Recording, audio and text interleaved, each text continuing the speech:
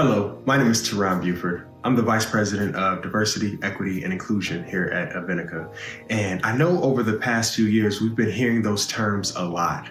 Diversity, equity, and inclusion. And many of us have been trying to figure out what those terms actually mean, and more importantly, what they look like in practice. So I'm here to give you my perspective using a dinner party. Diversity in and of itself is essentially integration. It's taking one group of people and placing it inside of another group of people. And on the surface level, that's a positive first step. Representation matters, we understand that, and getting those people into the room and at the table is very important. However, when we strive for just diversity or just integration, we end up running into an unforeseen roadblock. And that roadblock is that there always are going to be two groups. There's going to be an in group and an out group. A group that was integrated in and a group that was integrated. And that will end up creating friction.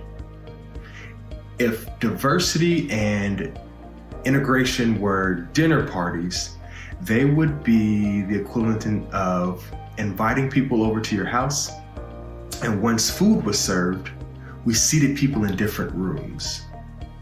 We would literally be creating barriers to communication, to collaboration, to working together. So probably not the best model to follow. So then we start to think about equality. What if we bring those people in? What if we integrate those people in and then we give them the same thing that we give everyone else? Again, not necessarily a bad idea, but in practice, it does have some flaws. It doesn't take into account that there are going to be certain sections of people and segments of people that require different things.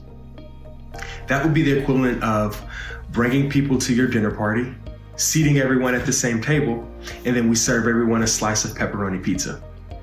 And it doesn't matter that you're gluten-free, it doesn't matter that you're lactose intolerant, and it doesn't matter that you can't eat pork. Everyone gets the same thing under equality. So take your slice of pizza and deal with it. Probably not the most inclusive dinner party that we want to participate in. And so now we start to think about, well, what does equity and inclusion look like?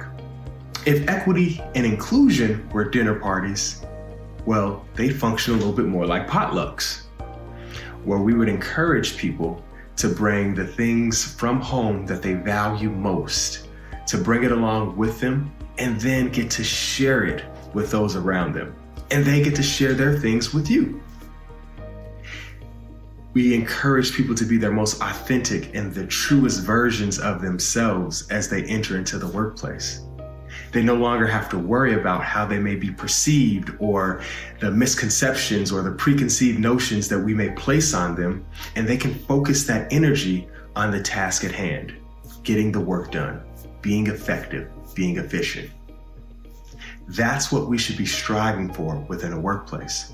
And I think one of the most important things that we can do as organizations, as companies, as community members, as global citizens, is create accountability.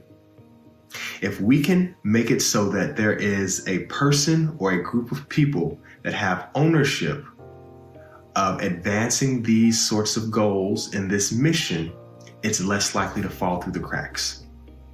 Some places may be in a position where they can create a role dedicated to this kind of work, and that's fantastic.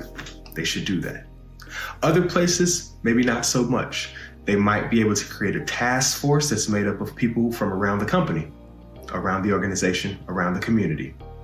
That's fine too. The goal, though, is to ensure that the work doesn't fall off the table. It's important to get the voices at the table. It's important to get those voices heard, but it's equally or even more important what we do with those voices once they speak up. We need to value them, empower them. We need to act on their suggestions. And if concerns arise, we need to do something about it. All of that goes into creating an inclusive work environment. All of it goes into creating an inclusive community. And if we want people, the guests at our dinner party, to leave happy, full-bellied, and enjoying their experience, those are some of the things that we're going to have to chew on. little bit of food for thought.